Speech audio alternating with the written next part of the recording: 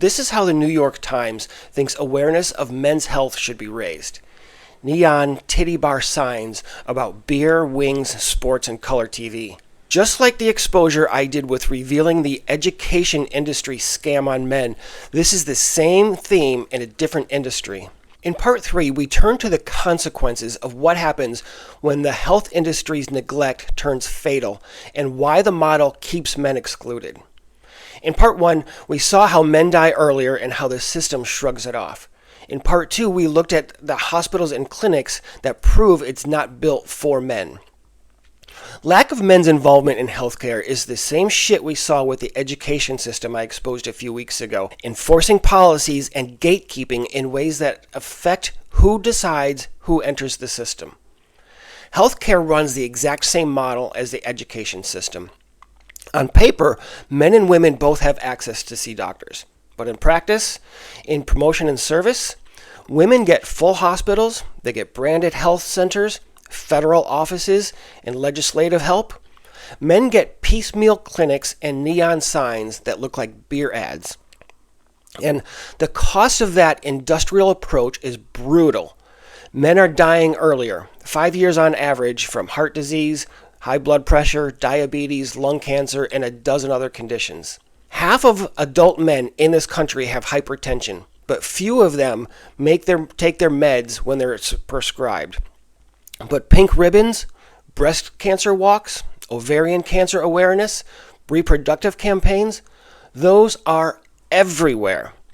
Meanwhile, prostate cancer or men's lung cancer, you'd be lucky if anyone even knows the color of ribbon for those. That imbalance is baked into the Western healthcare industry, and it's evidenced by those who live longest. Ultimately, the loop feeds itself as men are not bombarded by everything designed and designated for them. So they rarely see buildings or ads that welcome them into healthcare. And I'd argue that it's not because they're too stubborn or to be healthy. And honestly, I don't entirely fault them. Yes, men wait until they're in a crisis, and by the time they walk through a hospital door, it's often too late. But their greeting to the system is that, well, it's your fault. Men just don't go see the doctor.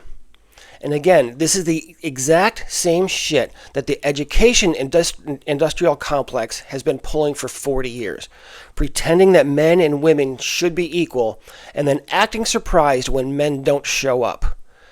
And believe me, this is not just healthcare and education. Those are just two of the largest industries in the world, and they're both running on the same model.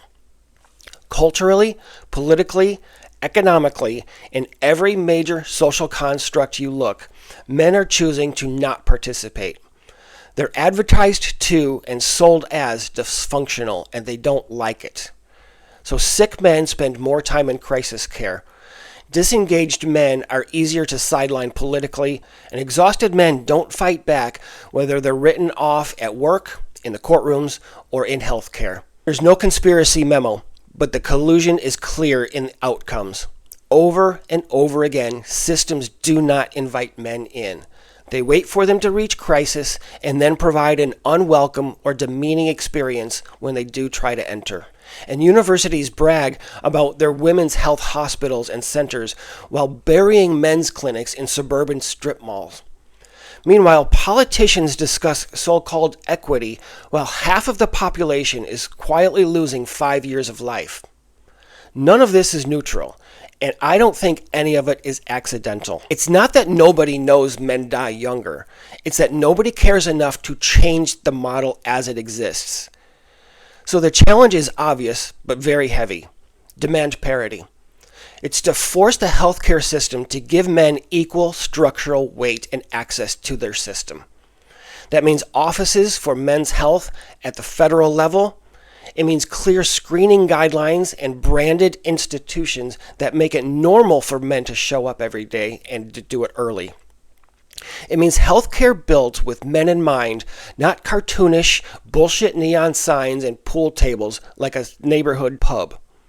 And until that happens, the cycle cannot break itself. Men will keep avoiding healthcare, the system will keep blaming them for it, and families will continue losing fathers, husbands, brothers, and sons way before they should.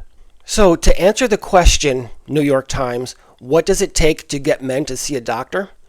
It takes building a society that values their lives before they're already dead, and stops pretending that neutral or equitable rules aren't just another way to write men off.